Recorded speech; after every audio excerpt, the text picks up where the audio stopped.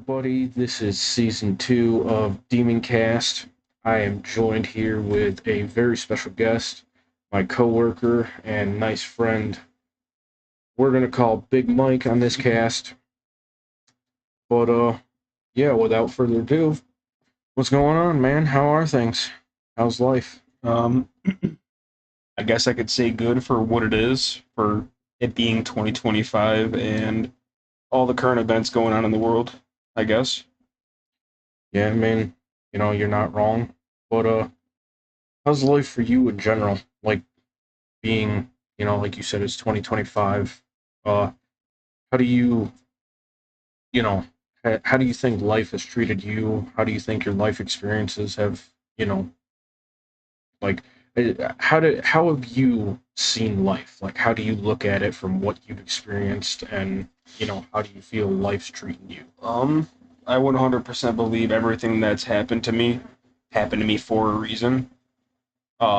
In one aspect or another, whether I got absolutely like crapped on in the situation or I came out victorious.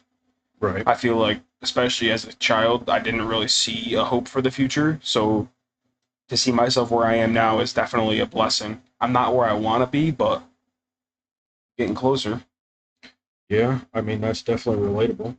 Uh, so the funny thing is we've actually been working together for going on 4 years now. Yeah, going on 4 years, I think that we're the last two guys of our shift, or Well, of the original group of the anyway. original group, right? Other than the veterans of The our shift veterans, anyway. right?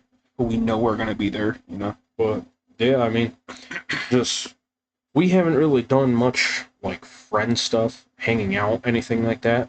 So it's kind of like it's kind of like we're still testing the waters. Yeah, So 100%. I'm still getting to know you almost. yeah, basically, I mean, like we've hung out what one time prior to this. Um, was it once? Yeah, it was one time fishing, Yeah, actually. just a fishing experience. I mean, in life, sometimes like things like that happen, and I'm definitely noticing it's not really a bad thing. I'm definitely noticing it's just two different like life schedules trying to sync up. It just doesn't work, and that just goes to show you how real life can get sometimes. Just two different schedules, two different people doing just random stuff in your lives, and it gets hard. It Oh, really does. 100%. But it shows that, like, what a true friendship I want to say could be, Yeah, because I've had experiences in the past of friends, like, if I don't get a hold of them for a certain amount of time or we don't hang out a certain amount, they feel like I'm not their friend, or uh, I'd rather not be spending time with them, but life gets in the way yeah. all the time. See, I feel like stuff like that kind of becomes hard because for some people anyway, they just, it's hard for them to understand that it's like, hey, being an adult and, having responsibility, it's tough. Like there's an issue with it, but sometimes some people just it's hard to sit down with them and talk about it No, well, I under feel like some of the friends that I let go yeah. just because I feel like they would never understand that life gets to that level sometimes. If you're not faced with responsibilities, you'll never understand someone else's ever. Yeah, right. That's literally how it is. Yeah. Some things though in the aspect of understanding responsibilities, like me recently, I'm sure I told you about this, but with all the stuff that's happened recently, it's been a blur for me. I had a crash out recently under just confusing stresses of life. And basically, what it comes down to is what I realized anyway is that for me, life experiences have been really confusing when it comes to other people. Like, it's something hard to explain under just that simple aspect that other people, like, they want to see you succeed, but also at the same time, it's like they don't understand your struggles because your struggles are so different from them. And I think what it really stems down to is they're more or less looking at your situation through their point of view, which doesn't really line up. Not that, I'm putting any blame against anyone in particular, but I'm just talking like as a whole because this goes for everyone in general. Under just that simple aspect that you have what you have going on in your life, and then someone else trying to sit there and understand. And it's like, oh well, you don't have time for this, or you don't have money for that, or why don't you just do it this way? And it's like, there's always a bigger picture to something, and most people don't like they don't put it in the back of their head that like what's the bigger reason, or they're saying they can't do it, why can't they exactly do it? But also at the same time you got the principle of uh just private information being private information for a reason. Like if someone doesn't need to know, you are not required to explain that to them. And that's what I think a lot of people like don't get the grasp of. And it probably should be more painted in a picture of, it's like, think about this. It's like you have your private information. Do you want someone to know that information? No. Okay, so now think about what you're trying to ask this person. If they're not answering, it's probably for a reason that, it's probably information you don't need to be known. But, that could be taken in, any direction you really want, or someone's personal preference, like tomato tomato type thing. It just really depends person to person.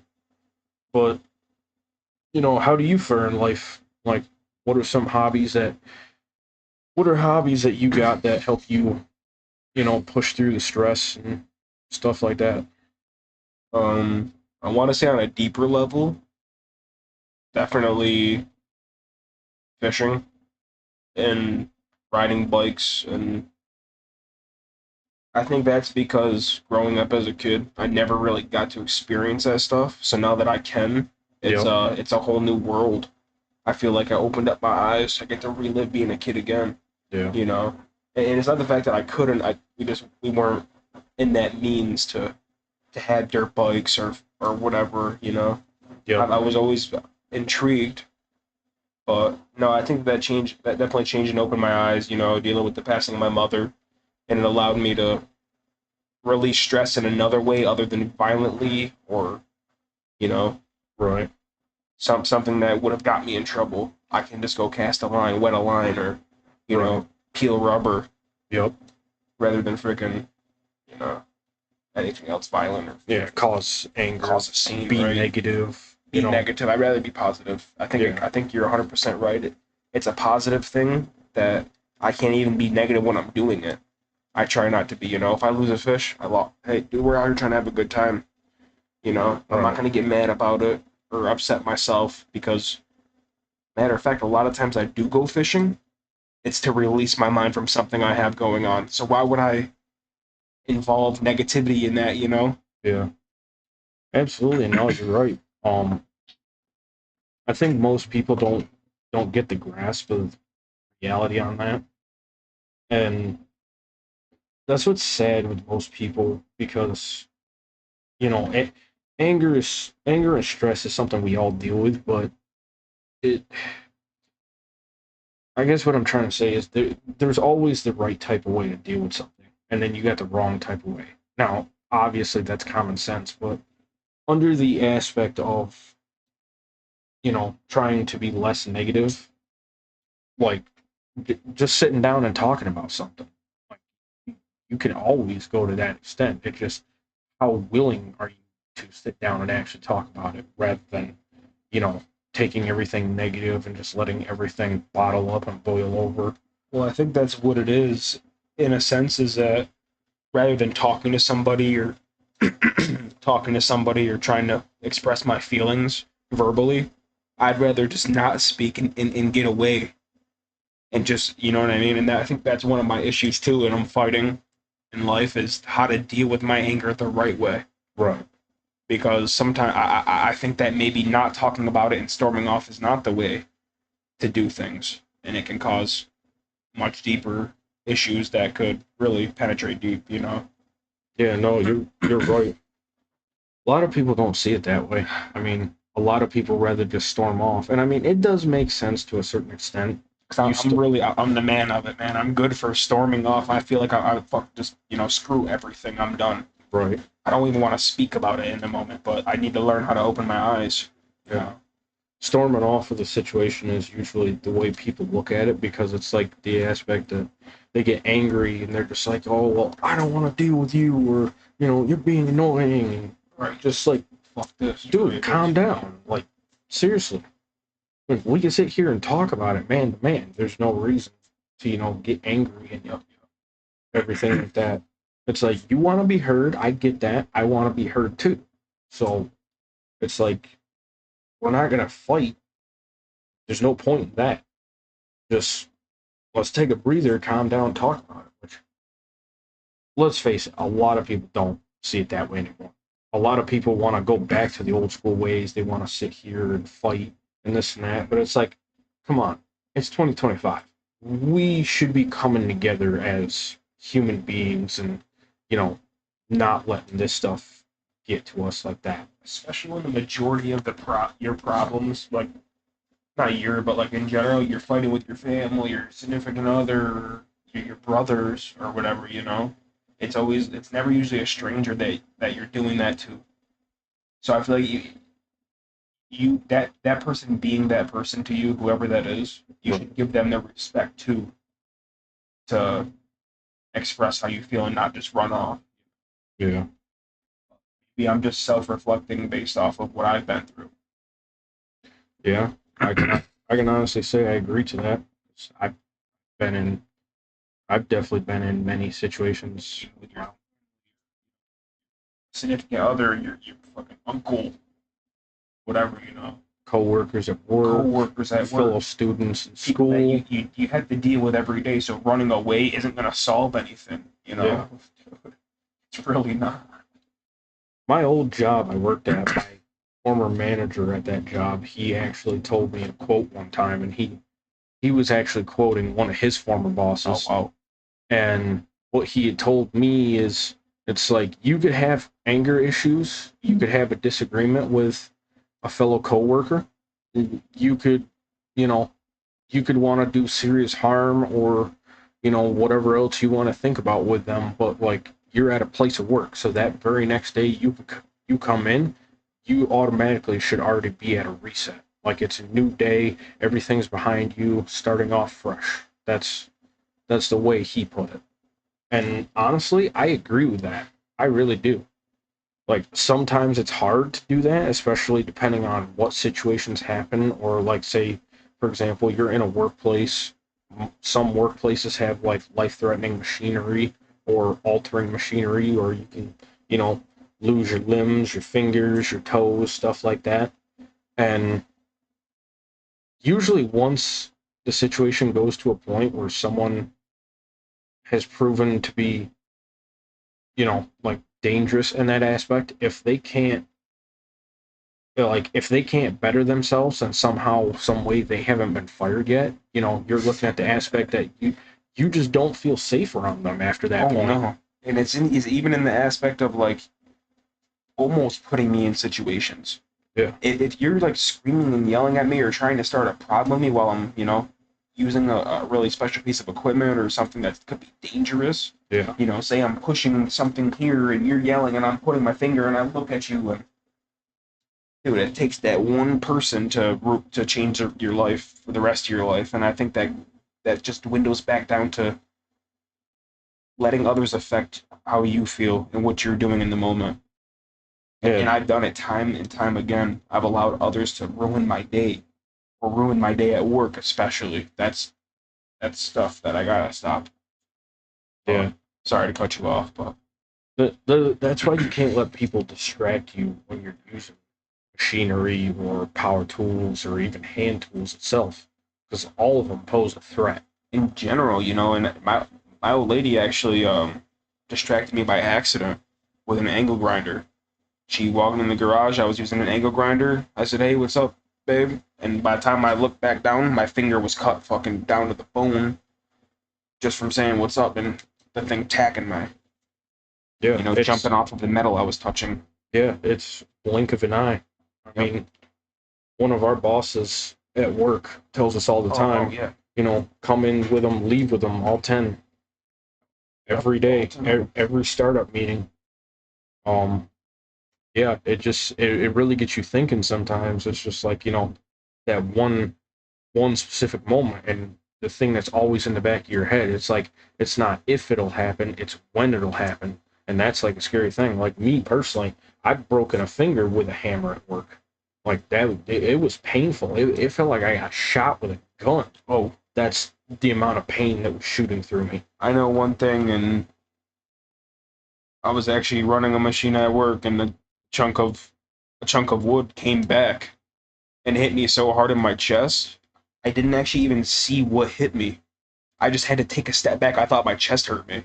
I looked down on the floor at a chunk of wood about the size of a golf ball Yeah, that nailed me, and that truly made me step back for about 5 minutes and just, you know, reflect.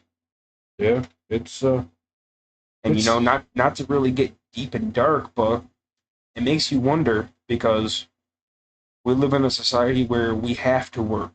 We're mhm. forced to work. This isn't something we do for fun, bro. No, it's not. And at what point are you stepping over lines of this isn't us wanting to do this anymore? We're forced. Mhm. This is almost against our will at this point because what happens if we don't work? We don't pay our bills. If we don't pay our bills, what happens then? We get sent off to the clinker. Yeah. Mm, So That I or don't know. You know. that or we become homeless and got no place to go. Nobody wants to help us because they look at us like we're lazy or something. And it's like, I'm not out here being lazy. It's just I'm tired of living in a system that is just constantly fighting against you. Yeah, man. My feet hurt. Everything hurts, bro. Yeah. So I could see it in an aspect of homeless people being homeless just because they don't want to work, or losing their home in a tragedy or something, Yeah. It's crazy. But I mean, on another topic, what other than fishing for hobbies and de-stressing, what is it that you like to do? I mean, I know you said you like bikes and all that, run mini bikes and Oh yeah, I get a lot of enjoyment out of just building them too in general, piecing them together. I think turning wrenches. And I'm not really too knowledgeable in vehicles, but eventually, hopefully, I can make it to there. I mean, everything is simple depending on how you look at it. What it really comes down to, especially like with our job, for example, our job is so simple.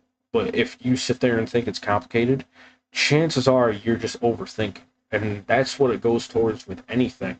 Is like if you're overthinking something, then chances are you're just gonna make yourself think that it's way too complicated. Which it's not actually complicated. It's just you're overthinking it. So basically, usually in those situations, all you got to do is just take a step back and think about it, or rewatch that YouTube video, or reread the instructions, stuff like that. Like it's not hard. Your mind's just making you think that it's hard. Oh, and I've noticed the more I go on and the more stressed out I get about it, the harder it becomes. Yeah. Like if I'm stressed out at work, anything that happens after that is even worse. If I'm mad about one thing and then I stub my toe, it's why is all this happening at once? It's too much going on at once. Yeah. Versus if I stub my toe, oh fuck, this sucks. Mhm. But it sets off almost like a domino effect of events when that one thing ruins your day. Yeah. But anyways, back onto the hobbies subject. I want to say that's really it, man. Other than like normal everyday things like do camping every summer. Uh, that's a hobby for sure. We take a week and enjoy ourselves in the nature. Uh, that's about it. I do some gaming. I love gaming. I don't game as much as I want to. At least on a social level. I feel like I game campaigns or like we were talking about earlier, mobile games where it's just a little bit of time. Let's do something. Yeah. I never have enough time to, hey guys, let's set up, let's play for 6 hours today. Hmm. I feel like maybe I do. I'm just not making the time. Right. See, that's what I found is hard when it comes to gaming, is the aspect that is like all the games made nowadays, they're all meant to be played for like 12 hours straight. And it's like, dude, who has the time for that? Like, I want the time for that. Believe me, I do. It's just, you know, you got to balance life in general and everything else. Because when you're sitting there working a 9 to 5 to pay your bills, like, you don't have the time you would want to have. It's almost like you got to take, time off or vacation or whatever to sit there and be able to play like one game throughout that entire time. And you're just sitting there grinding. And then some moments you're just sitting there grinding, having fun on that. And then other moments it's giving you a tough time. And you're just like, is it really worth it to play this right now? Yeah, also when I'm on time crunches, you know. Yeah. Freaking, like that game SnowRunner we play, or at least we used to, because now you got Roadcraft that came out and all that. It's like it, it feels like just yesterday Mud Runner itself came out, and that was just like 2017, dude. That was like 8 years ago. Like it's crazy to think that we've already become in an 8 year cycle. We have three games in the making of essentially the same thing, just everything is like readapted, redesigned, improvised, all that. And it's like no matter what way you look, you're still spending the money and still don't have enough time to sit there and play the game. Oh, and I was just saying the same thing regarding SnowRunner. It seems like it just came out fucking yesterday. You know, time flies. Yeah, SnowRunner came out in 2020. And then now it's 5 years later in 2025. We now have Yeah, I Roadcraft. remember seeing trailers for it and stuff. I was like, dang, this looks really, really, really good. But SnowRunner had, before Roadcraft came out, and it since its release, SnowRunner had a good run. I think it's up to like 15 seasons of content now, and usually they release like one to two, maybe three, four pieces of seasons like a year. So, I mean, you think 5 years, like about three seasons a year. And I know me personally, I own every single piece of extra content for SnowRunner. Like I couldn't tell you how much all of it costs, but I know I own everything. And with all the combined content, my overall save file that I've had since day one, out of 100%, and every time that you get more DLC content, like every time you get a new season, or if you buy the whole season pass, and then you get all four seasons as they come out, it adds onto your save file. So basically, like that 100% file completion basically gets bigger every time you add more DLC content. I think my save file right now, and I've put a lot of time into it, and that's working over the course of, God, on and off 4 years, 5 years now, and I bounced around from map to map, help out helped out my best friend play his save file and all that. I think my overall save file says it's only 36%. Like that's the in-depth explanation as to how demanding these new sandbox style games are, especially when it comes to grind time, because they're games designed for you to do it however you want to do it on your own terms. Like you're not sitting there limited to like the missions. I mean, you have the missions, it's just that they're telling you, you could do it however you want.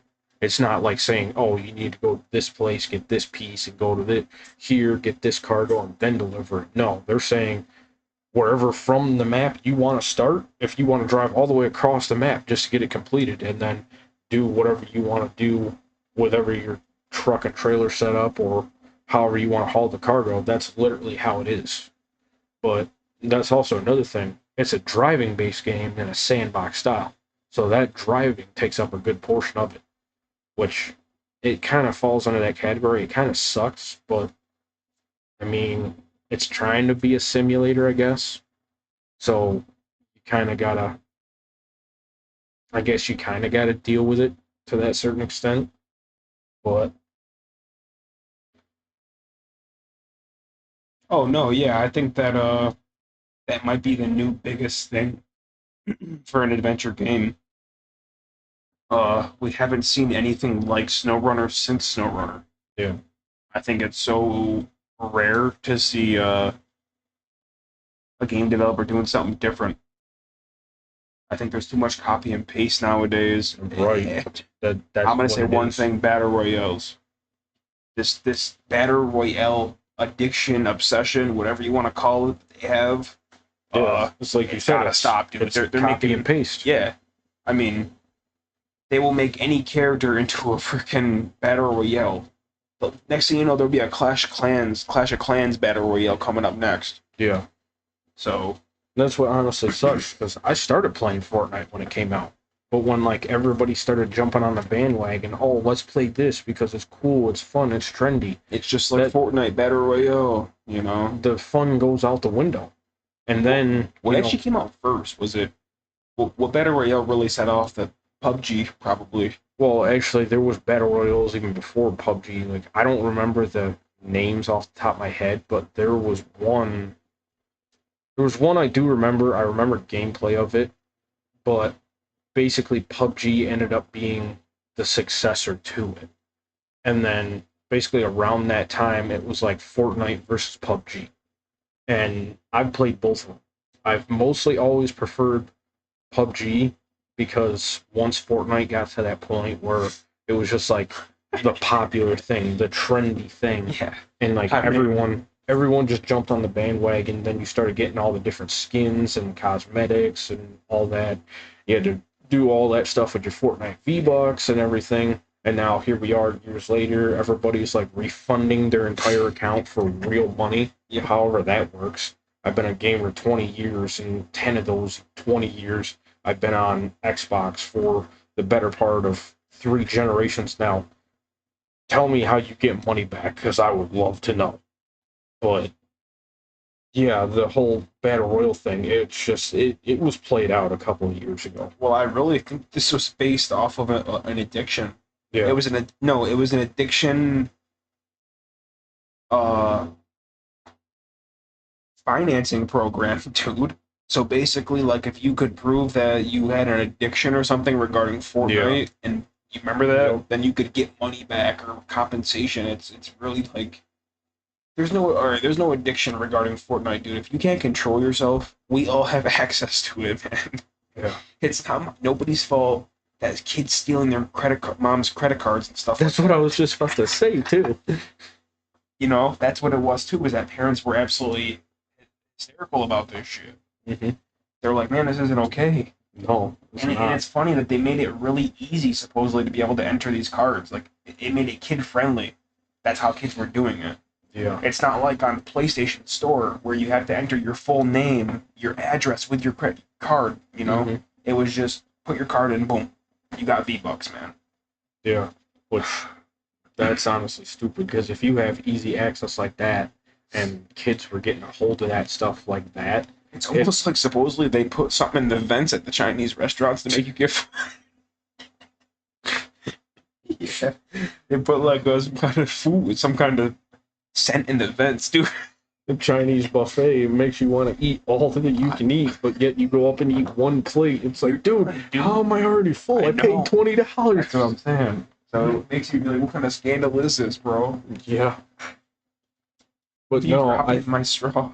I think yeah, see the funny thing is I played like I said, I played Fortnite when it came out, and it was good for a little while, but then once you got all like the sweats and the people that just wanted to be like tryhards and they wanted to get actually competitive, like that's when it went downhill. And then for the longest time I switched over to PUBG. And I mean, I seen a lot of that, but I guess with PUBG I more or less dealt with it. Mostly because PUBG is a lot more of like a military style. It's more tactical. It's like not as cartoony. It's slightly more on the realistic side, but not quite. And for a while, like Fortnite's always been free. Fortnite has like I don't think there was ever a time it was like pay to own and play, or sorry, I should correct myself. Pay for the license to play it, and yeah, it's Fortnite's always been free, but the Save the World like campaign story mode like that you had to pay for. But PUBG on the other hand, since it was back in game preview in like 2017, 2018, like that was Like that you actually had to pay for. And it wasn't until just like a few years ago or something that they made it free to play. Which why they did that, I have no idea, because free to play games are more prone to like a lot more sweats and all that, and people that just want to be more try hard than everybody else. And then you got the aspect that uh you have those controller adapter things that basically allow you to freaking have like no uh what the heck is it there? Basically like your stability of your aiming your weapon goes like through the roof. And it's like recoil. That's what it is. It's almost like you have no recoil. And it's like, dude, that's not realistic. If you're sitting there shooting with each trigger pull, that gun should be jumping at least a little bit. If it's staying completely still and you're holding the trigger down and those rounds are just flying down range and you're getting every single hit, like, dude, that's essentially hacking at that point. But the game doesn't pick it up as hacking because you're using a freaking basically a controller accessory, basically. And what you could do with that controller accessory is you could hook it up to a computer, download the latest firmware updates for it, and when it actually becomes usable and in full effect, it essentially acts as the weapon has no recoil, which is dumb because that's, like I said, again, it's essentially like you're cheating at the game. Oh, I mean, it brings me back to when Apex Legends was kind of in like in its prime at that time, and I played to the point of if I lost a game, I'd be up pointing at my TV like, but I was also covered in sweat and my fingers had Cheeto dust on. Yup. So I was just gaming. I mean, I was a hardcore gamer when it came to Apex Legends, and that right there was a battle royale I could respect. It was new. It was different. It was playing a legend, but you also had powers behind the legend. Mm-hmm. You know, I was an Octane main at the time, which he actually has a stem and a jump pad. Place down and go bye bye. Yep. Basically a movement character. You know, anybody who's played Apex, shout out to you guys. But it's not in for me anymore. Apex is not my game anymore. It just every time I play it, I get reminded that I'm not good anymore, and everybody else here wants to be the best. Yeah. So they're not playing for fun, dude. They're gonna play sweaty. I mean, whatever happened to being good at a game was rare. Phase, optic, dude. Now everybody is good at games. Seems like, what happened to the phase days? They're screaming in each other's faces after they lose games and shit. That's why honestly I made the transition away from multiplayer gaming. Like, Oh, I had to. just like the MMO or the just multiplayer in general. I moved away from that and went to strictly four-player co-op. Like, I limit myself to that because at least then I know I'll actually get to sit down and enjoy the game. Because with four-player co-op, you're playing up with upwards of three other people, and you're looking at it as it's a good time, it's fun, it's like snow runner for example, four-player co-op. You could sit there and have one person in a truck, another person's in a crane. You're loading cargo, doing stuff manually, or even farming simulator for that matter. You know how many things there is in farming simulator to do in co-op that absolutely just make sense, especially like when it comes to the logging. One person can be over there in the feller buncher just chopping trees down with the machinery. Another person can be over there dragging logs with either a skidder or, Someone tending to the grass. yeah, winch rope. Uh, if you're doing like a role play style server, you can have people mowing your grass. You can, do farming, field work, plowing, cultivating, sowing, planting, fertilizing, all that stuff. And then, there's even the aspect of the animals too. And again, that's another thing, sandbox style. Like, you could do whatever you want. Matter of fact, there's not even no mission based stuff in Farming Simulator. It's just a matter of, you know, you start the game, you pick the mode, whether you want to start from scratch or you want to start on easy or whatever. You set all your settings, and then from there, it's just literally use your imagination. I mean, there is there's no objective. Like your objectives are you creating your own objectives. Like that's just the nature of Farming Simulator. And we're up to Farming Simulator 25 now, and I've heard that they've like I haven't got it yet, but at least some point I would like to because the transition from FS22 to FS25, FS22 has been like the best one I've experienced yet myself so far, but I guess 25 has even gone to the aspect that your fields they can get filled up with rainwater and pool up like they would in real life. And then weather also is permitted and actually effective in the game. So, like, if a tornado spawns in, you're getting the aftermath of that. And that's what they do have. They have tornadoes that spawn in FS25. Like, literally, they've gone above and beyond in that 3 year span. And I'm still glad to see that that game series is only $60, whereas most games nowadays are they're all being jacked to 80, if not more. Because like the whole new 79.99 is becoming the new norm for whatever reason, and it's kind of stupid because we don't have discs anymore.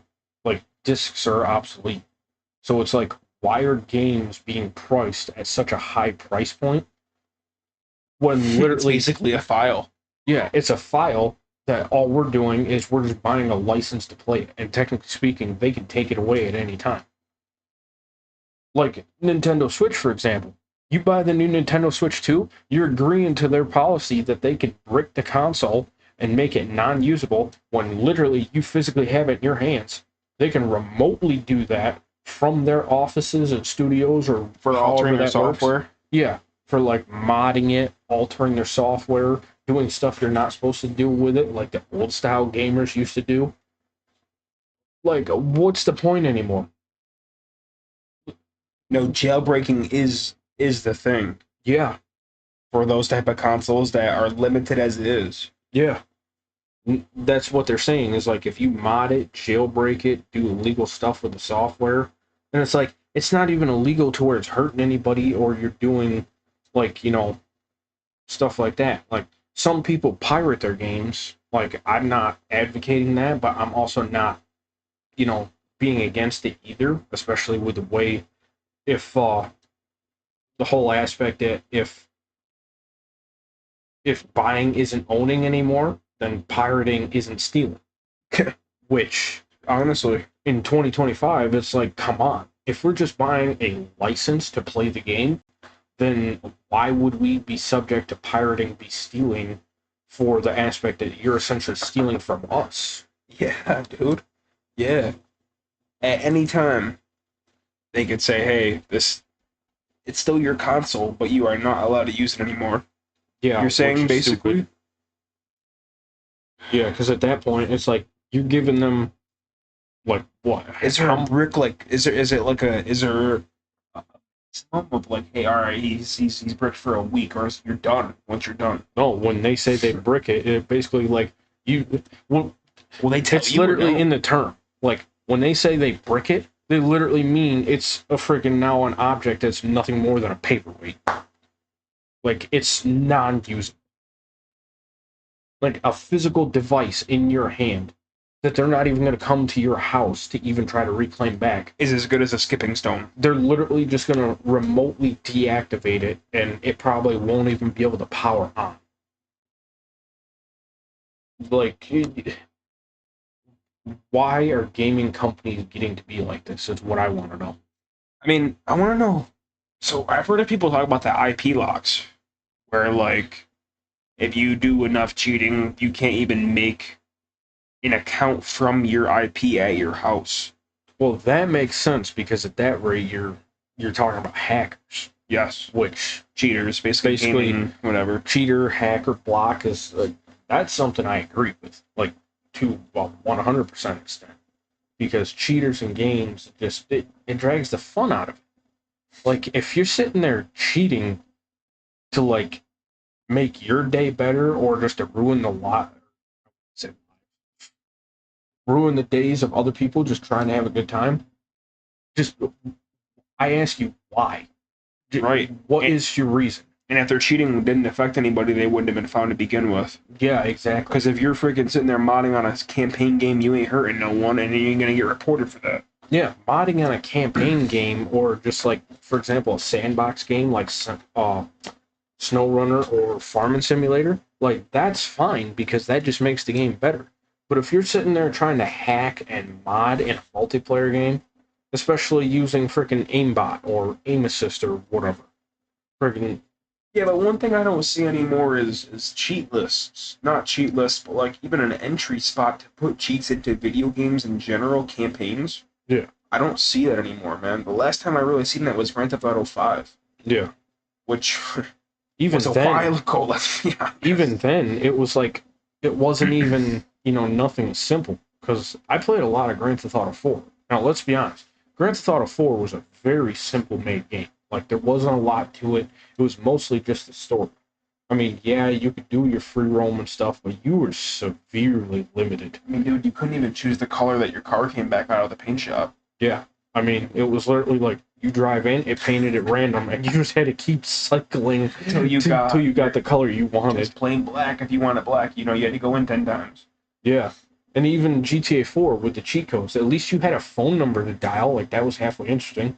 But no, freaking when you went back to GTA 5, you went back, you actually had to type the code in via the controller buttons. And it's like, dude, if you freaking get the controller code wrong when you're trying to type it in for the freaking cheat code, it's like you're gonna sit there typing in the code, and then if you do something wrong and don't realize it, you're gonna be like, oh well, why is the stupid thing not working? Not working, yeah. At least with the phone number, you could actually see on the screen, and it's like, okay, I got that number right. Oh, oops, I got that number wrong. Backspace and re-go again. Oh But no. my gosh, I forgot about the phone book or the phone number aspect of the cheat Yeah. codes, dude. Typing them in and calling, and then yeah, dude. Like I think that button combination cheat codes made sense back in the day, like on PlayStation 2 and stuff like that, when cheat codes were actually viable for like every game. Oh, That was that was back in the day where literally everybody had their own little handbook sketched out and freaking a notebook. dude, I had a whole Incredible Hulk cheat code list for GameCube, Nintendo GameCube at the time, and I remember I actually wrote down all the symbols next to each other to tap in. Because we had a home computer at my family member's house, not at home though. So we would just look up cheats on the home computer and bring them, and write a list of them. Then I bring the list to school, give it to other kids to copy. That was another thing too. You remember this was back when discs were actually useful. You remember bringing and sharing discs with everybody for playing games and all that? People brought you discs and all that. Dude, It's like, oh, dude, freaking, my parents won't let me play this game. Can I borrow it from you? I'll sneak it home. I did that. I did that a lot. dude. It's actually crazy because that actually reminds me. One time I actually had a Mortal Kombat game back on the PlayStation 2, I think it was, or something. And my dad did not want me to have anything rated M. He's like, you can go up to rated T for teen, but that's it. He's like, rated M. He's like, you're not getting it. And freaking my brother one time, he bought me a freaking Mortal Kombat game that was rated M. I'm sitting there playing it and this and that, and my dad gave me a chance. He's like, get off the game. He's like, it's rated M, get off. I don't know why he bought you that. He shouldn't have. Well, my stupid self continued playing it and playing it and playing it. What does he do? He walks up to the console, hits the eject button, takes the disc to the trash, and snaps it off. No I'm like, way. dude, what?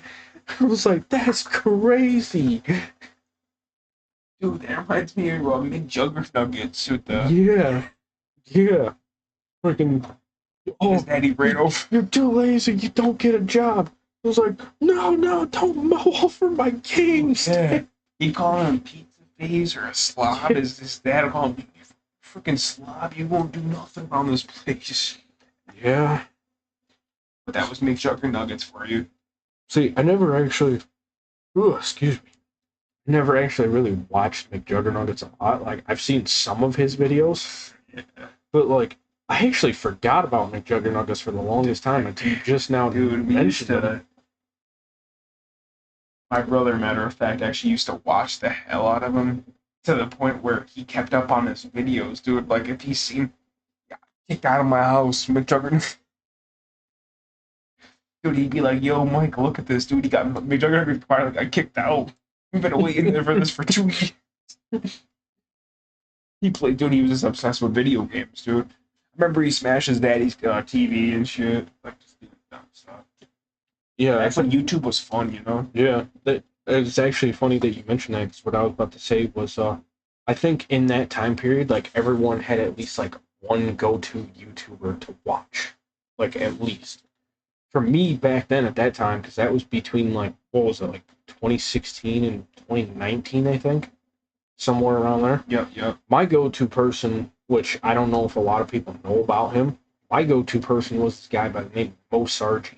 Basically, what he would do is he would do like those types of videos where he would either do solo or he would do it with some like friends or something. He would go to places and in like the thumbnails he would put like, oh, in the title was like, oh, overnight camp, like, oh, you remember those overnight camp videos or like the Yep, 24 hours spent in like this place, like that's what he would do.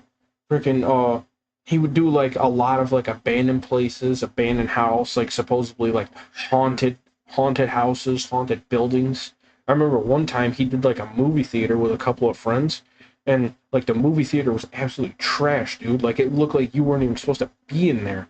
And what they did was they went into the theater part, sat down in the freaking actual theater chairs, and they like slept there in the night. I was like, dude, that's crazy. If you looked in there, it looked like there was mold growing on everything. I was like, I could never. No way. Not in a million years. It was crazy. I think that was back in a time where content creators had a lot more motivation, Yeah. Yep. you know, to want to grind and get that shit done. That is the crazy aspect about it. I think there's too much of a not want to grind at this point because I heard YouTube's at an all-time high financially. Yeah. For big content creators, they're making a lot of money, dude. So real quick before we end part one to this this DemonCast, touching up on that, what you just said, the whole bit about for bigger content creators, that's what this new search algorithm is based off of. This new search engine optimization thing.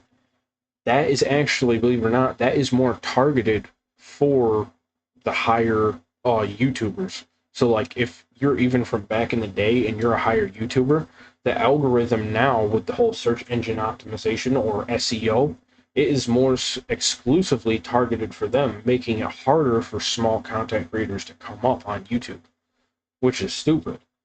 Especially for like me, for example, where I'm a uh multi content YouTube channel where so there's like no real specific description to my channel other than that videos could be random vlogs, just random types of gameplay.